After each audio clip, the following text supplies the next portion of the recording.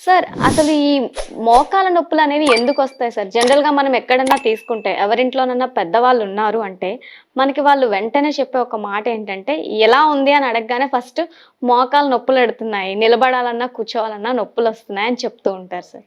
అసలు ఎందుకు సార్ ఎక్కువగా మెయిన్‌గా మోకాల నొప్పులనేవి అంత ఎక్కువ ఎందుకొస్తూ ఉంటాయి? సో, మోకాలు నొప్పులు అనేది మనం ఒకప్పుడు జనరేషన్‌లో ఒక 50స్, 60స్ దాటిన వాళ్ళలో మనకిది ఒక కామన్ కంప్లెయింట్‌గా మనం చెప్పొచ్చు. కానీ ఇప్పుడు చాలామందికి ఏజ్‌తో రిలేషన్ లేకుండా గూడా చాలా చిన్న వయసులో గూడా మోకాలు నొప్పులనేవి మనం చూస్తా ఉన్నాం.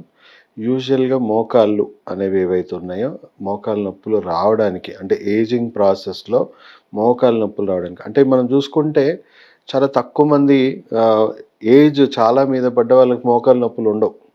మనం మనకంటే వరస్ట్ వాళ్ళతోనే మనం కంపేర్ చేసుకుంటున్నాం. సో, మనకంటే బెస్ట్ ఉన్న వాళ్ళు గూడా ఉన్నారు. మోకాలు నొప్పులు లేని వాళ్ళు గూడా ఉన్నారు. సో, వాళ్ళకెందుకు లేదు, వీళ్ళకెందుకుంది? అంటే వీళ్ళ బాడీలో ఎలాంటి లోపం వల్ల ఆ డ్యామేజ్ అయ్యింది అని మనం చూసుకోవాలి. సో, ఇప్పుడు మోకాల నొప్పులు అంటే అసలు ఫస్ట్ ఈ మోకాలు ఎముకలు గానీ, బాడీలో ఉన్న ఎముకలు గానీ మెయింటైన్ చేయాల్సిన వ్యవస్థ ఏది అని చూసుకుంటే kidney, urinary bladder. So, kidney ఆరోగ్యంగా ఉందనుకోండి, బ్లాడర్ ఆరోగ్యంగా ఉందనుకోండి, దాని పని ఏంటి? ఓన్లీ ఫిల్టర్ చేయడమే గాదు. మన బాడీలో ఉన్న వాటర్ ఎలిమెంట్‌ని ఫిల్టర్ చేయడమే గాదు, బోన్ మ్యారోని డెవలప్ చేయడం. బోన్ మ్యారో అంటే మన ఎముకల్లో ములుగు అంటాం గదా! సో, అది లోపట నుంచి ఎముకల్ని గుల్లగా ఉన్న ఎముకని మొత్తం లోపట సారవంతంగా జేస్తుంది. అంటే పచ్చి కొమ్మలాగా మారుస్తుంది, మెయింటైన్ జేస్తుంది. సో, ఎముకల మధ్యలో ఉన్న గుజ్జు గూడా మెయింటైన్ జేయాల్సింది కిడ్నీ. సో, ఏజింగ్ ప్రాసెస్‌లో సర్వసాధారణంగా జరిగే ప్రాబ్లమ్ ఏంటంటే, కిడ్నీ ఆరోగ్యం దెబ్బతింటా ఉంటుంది. కిడ్నీలో ఉన్న ఫిల్టర్స్, నెఫ్రాన్స్ దెబ్బతినడం జరుగుతుంది. సో, దానివల్ల మెయింటెనెన్స్ తగ్గిపోయింది. అంటే ఎముకలకు చేయాల్సిన మెయింటెనెన్స్ తగ్గిపోయింది. అంటే ఎముకలు మళ్ళీ సారవంతంగా లేవు. సో, లోపట బలహీనంగా మారిపోతా ఉన్నాయి. దానికి తోడు ఈ ఫిల్టర్స్ డ్యామేజ్ అయిపోవడం వల్ల మన బాడీలో ఉన్న వాటర్ ఎలిమెంట్ అనేది మన ప్యూరిఫికేషన్ తగ్గిపోతుంది. అంటే ఎస్పెషల్లీ యూరిక్ యాసిడ్ ఏదైతే ఉందో మూత్రం ద్వారా వెళ్ళిపోవాల్సిన యాసిడ్స్ మన ఎముకలు మన కాళ్ళలో చేరుకొని మనం చూసుకోవచ్చు. కిడ్నీ సమస్య ఉన్న వాళ్ళు కాళ్ళు కొంచెం లైట్‌గా వాపులు వస్తా ఉంటాయి. కొంచెం ట్రావెల్ చేసిన వాపులు కనబడతా ఉంటాయి. సో, ఆ యూరిన్ అంతా గూడా దాంట్లో ఉన్న యాసిడ్స్ అంతా యూరిక్ యాసిడ్ కూడా ఎస్పెషల్లీ మోకాల్లో జమ అవుతుంది. మన పాదాలు వేళ్ళలో జమ అవుతా ఉంటుంది. సో, ఈ ఎముకని బలహీనపరుస్తుంది. యాసిడ్ ఏం చేస్తుంది?